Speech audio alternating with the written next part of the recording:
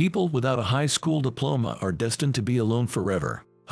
After more than a decade, I reunited with my classmate Max at a class reunion, and then again during a business meeting at a hotel. When Max interrupted the business meeting with disdain, I couldn't hide my anger as he started boasting about himself and hurling insults at me. However, the situation took a turn when a certain individual appeared, causing Max's face to contort. As we were arguing at the hotel entrance, a black car pulled up, and a beautiful woman stepped out. "Sorry to keep you waiting."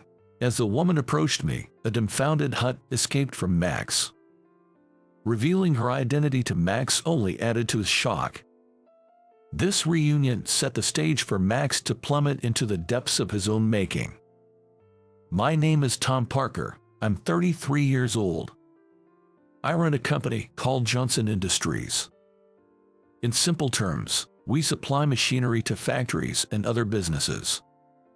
The company was originally founded by my great-grandfather on my mother's side and was passed down to my grandfather, then to my father, and finally to me, the only son. Since I was young, I was told by my father and grandfather that I would be the next successor, so I joined Johnson Industries right after graduating middle school. Honestly, I did have a desire to go to high school and college. But once I started working and got into the machinery, I was hooked. Now, I'm so glad I chose this path instead of pursuing further education. After 15 years of hard work, I took over from my father as president at the age of 30. Initially, being the grandson of Chairman Johnson and the son of President Parker, I faced a lot of skepticism from the employees, which was tough at times. But now, the employees recognize my efforts and dedication, and they support me. Being a president is challenging, but my days are fulfilling. One day, a postcard arrived for me out of the blue.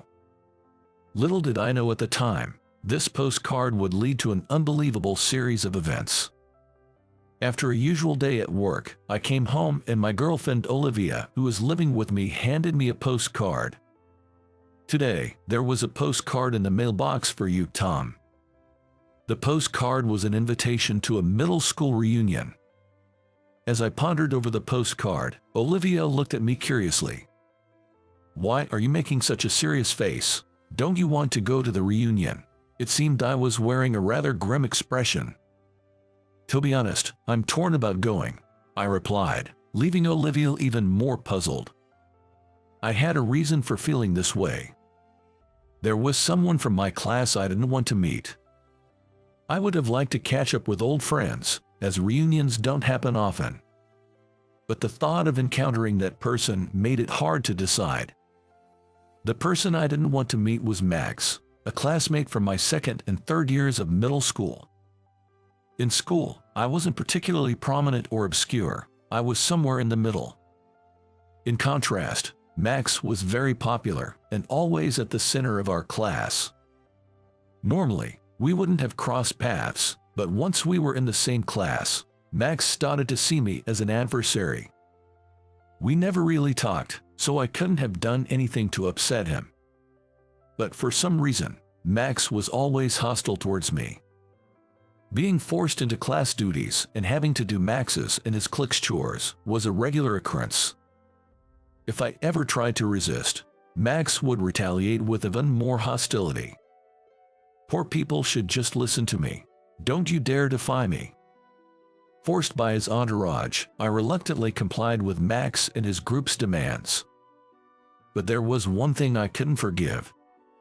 It happened when I announced I would join a family business instead of continuing my education. When Max asked about my future plans and I mentioned I was going to work, he burst into laughter. "So your family is too poor to send you to high school? Well, that's rough. Can't believe your dad can't even afford to send you to school.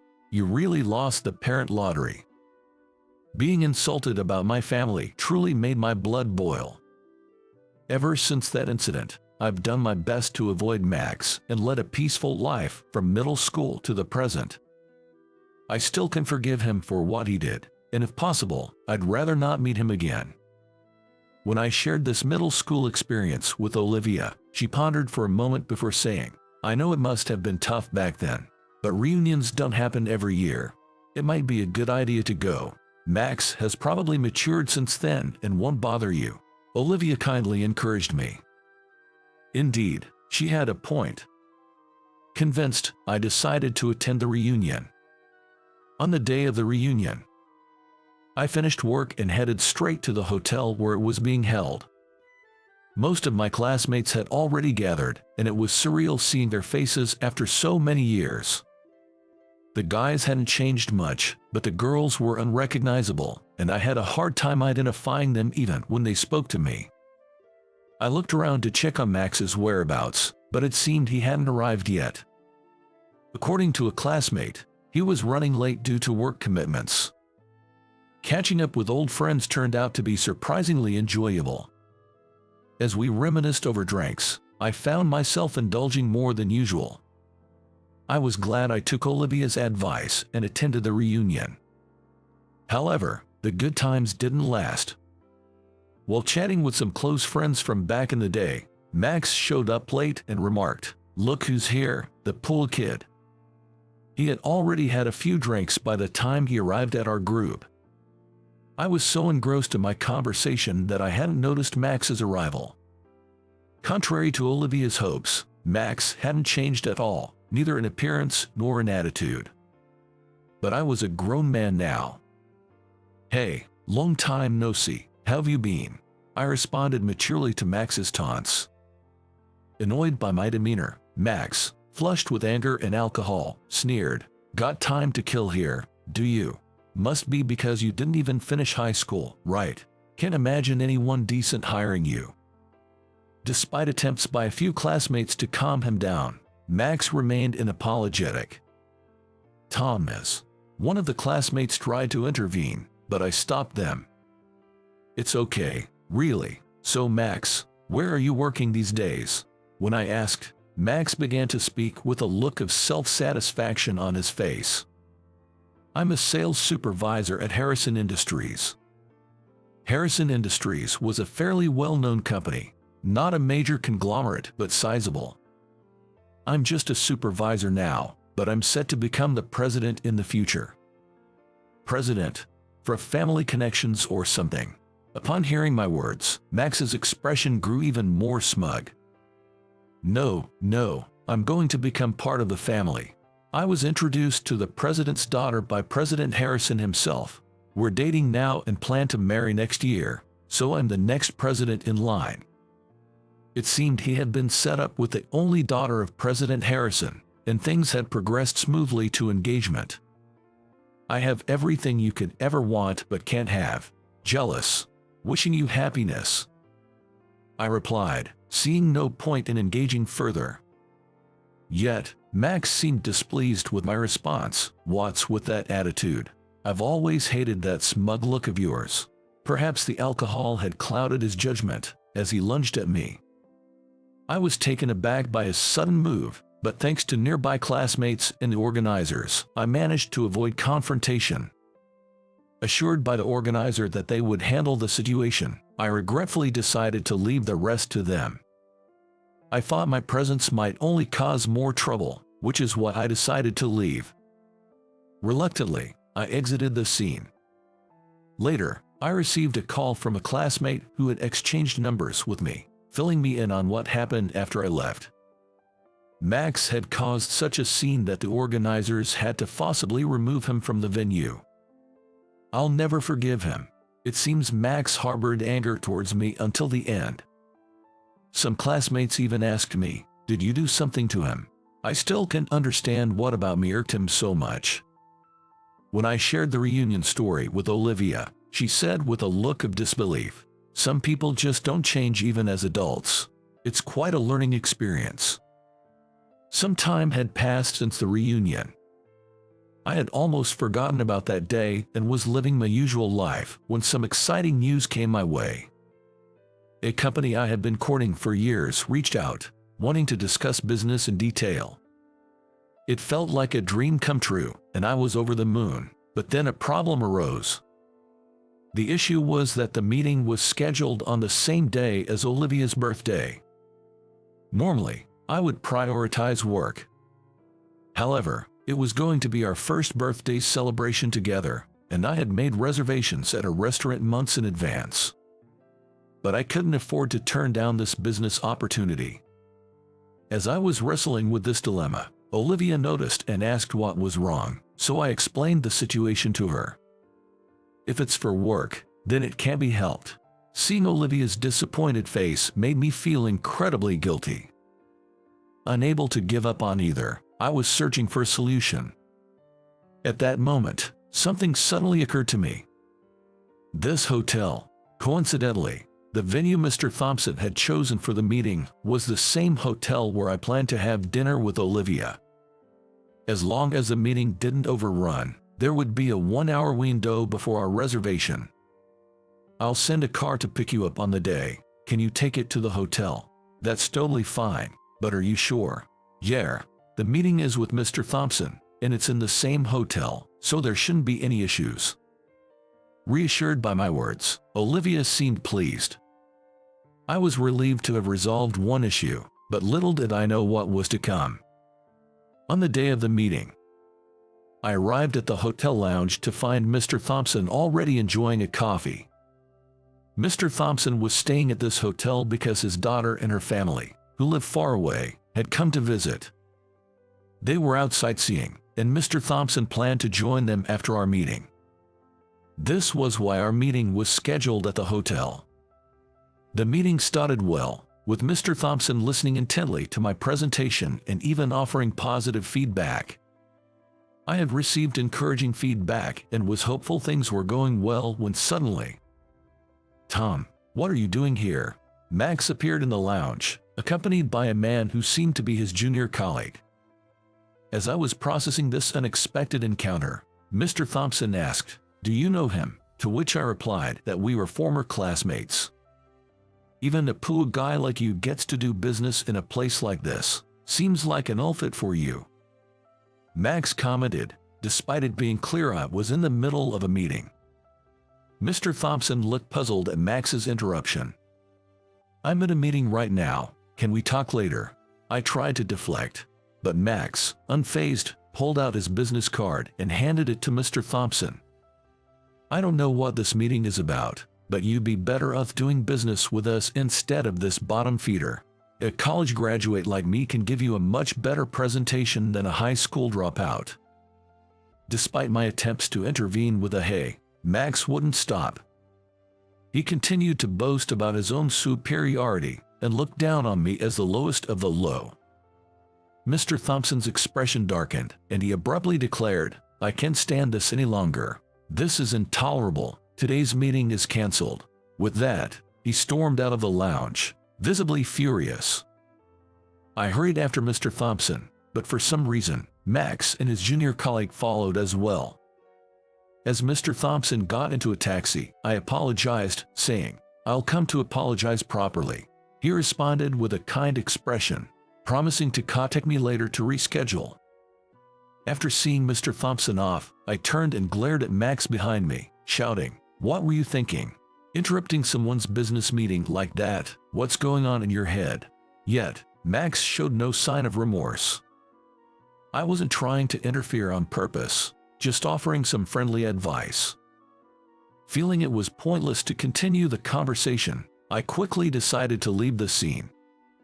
"I'll be staying here soon with my fiancée. We came today to check out the place in advance." I didn't ask, but Max volunteered this information anyway. I just randomly chimed in and was about to return inside when Max suddenly said, "People without a high school diploma will always be alone." Confused by his comment, I was taken aback when he added, "You're heading towards a lonely old age, so maybe I should ask my fiancée to set you up with someone. But then, everyone probably rejects poor people like you." Unsure how to respond, I was at a loss when suddenly, a sleek black car pulled up in front of us. A stunningly beautiful woman emerged from the sleek black car. Her beauty was so overwhelming that Max and his junior colleague were left speechless. The woman looked at me and said, "Sorry to keep you waiting. I wasn't waiting, just had some things to deal with and came outside. The woman who had stepped out of the car was Olivia. As we were exchanging words, a confused "huh" could be heard. Turning towards Max, I saw him demanding, "Hey, who's this beauty? Introduce me. Can't you tell from the conversation? This is Olivia, my girlfriend. Pleased to meet you, I'm Olivia." Upon introducing Olivia, Max incredulously started mocking me in front of her. "No way. Someone like you couldn't possibly have such a gorgeous girlfriend. What kind of dream are you living in? A high school dropout at the bottom of the social ladder couldn't possibly be with someone so beautiful. She's wearing brand name stuff, and you're worlds apart. There's no way she's your girlfriend." Watching Max laugh and point at me stirred my anger. Just as I was about to retort, Olivia stepped in. "Could you please stop mocking my boyfriend? It's extremely unpleasant." Her clear displeasure and those words seemed to unsettle Max. "Is that really true?" Max asked me, to which I nodded firmly. Unexpectedly, Max made an audacious move. "It's a waste for you to be with someone like him. Why don't you switch to me?" Incredibly, right in front of me, her boyfriend, Max started hitting on Olivia. He was spouting off cheesy lines, suggesting she'd be better off switching to him instead of staying with me. Appalled by his lack of decorum, I was about to intervene when Olivia cut in. "I'm not interested in someone as rude as you. You seem to have an inflated opinion of yourself, but my boyfriend is far superior to you in every way." Max was visibly shocked by her words. This guy, really? By the way, how did the meeting go? Well, about that. I began to recount the recent events to her. Olivia looked at Max with a sly smile and said, "You've done it now. That man is very strict about manners. He must be furious. It's over for you." Max, still smug, laughed it off. "What are you talking about? It's just a meeting with some low-level dropouts business contact. It's probably no big deal." As Max laughed heartily, I decided to reveal a crucial piece of information. The person you angered and drove away was Mr. Thompson, the president of the Thompson Group. Wait, the Thompson Group, that's our most important. Well, there's hardly anyone around here who doesn't know them. The Thompson Group is a major company that oversees this entire area. Moreover, from what I've heard, Harrison Industries appears to be one of the Thompson Group's most important business partners. Making such a person angry could be a significant problem.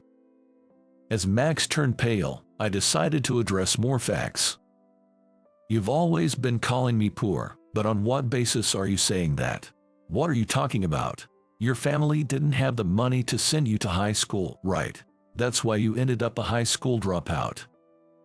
Max retorted, clearly misunderstanding my situation. He seemed to think I didn't pursue higher education because my family was impoverished. I had explained when asked that I joined a family business after middle school, but he must have missed that part. So, I took the opportunity to clarify that I joined a family business by choice, not because we lacked funds. "I never heard that," Max said, looking at me as if seeing something unbelievable. Unable to hide his shock, I took the moment to ask something I'd wondered for years. "Max, you've been hostile towards me since middle school. Did I ever do something to you? If I did, I'd like to know." Max hesitantly began to explain the reason for his hostility. "It's because Lily said she liked you." Lily was the girl considered the idol of our grade. I didn't particularly care, but most of the boys liked Lily. Max was probably one of them. Once in middle school, Max confessed his feelings to Lily. During that confession, Lily told him, "I like Tom," and rejected him. It seems his pride was wounded because he was turned down to someone like me, who wasn't even popular, and since then, he has held a grudge against me. I never imagined that such a trivial matter could be the reason for his hostility. For something so trivial, it was so absurd that I found myself saying it out loud without realizing. Hearing this, Max became visibly angry and seemed ready to confront me physically. How dare you call it trivial? If it weren't for you, I could have been with Lily. I was utterly astounded by Max's grievance. Don't get cocky just because you're some bottom feeder. I'm a sales supervisor at Harrison Industries. You're not in a position to talk back to me. While being restrained by his junior, Max glared at me and said those words. Then, Olivia, who was standing next to me, suddenly burst into laughter. A sales supervisor standing up to a president like Tom, that's quite amusing. What? President? Who are you talking about? My boyfriend. You didn't know Tom is a president. When Olivia said that, Max looked as if he'd been hit by a bolt from the blue. Actually, I'm the president of Johnson Industries. I took over from my parents. Johnson Industries? No way, that's... Max's shock was understandable. Though I say it myself, my company is considered a major player in the industry, and it's on a different scale compared to where Max works. It's not a company I started, but it has a long history of achievements. Frozen in place, Max couldn't seem to grasp the reality before him. Tom, isn't it about time? Olivia said, looking at her watch. It was 10 minutes before our reservation. You better make a proper apology to Mr. Thompson. With that, Olivia and I went back into the hotel. The next day, when I arrived at the office, I noticed a familiar figure causing a scene at the reception in the lobby. As the receptionist noticed me and called out with a troubled look, "President Parker," the person turned and approached me briskly. "What do you want, Max?" It was Max at the reception. Red-faced and agitated, he grabbed my collar and accused, "It's your fault Mr. Thompson canceled our contract. Take responsibility. It seems that there had been a call from Mr. Thompson's office to terminate the contract with Harrison Industries, causing a major uproar. What do you expect me to do? This isn't something I can fix. You'll have to sort it out yourself. If you just apologize to Mr. Thompson, everything can be settled. It's all up to your apology. An apology from me won't solve anything."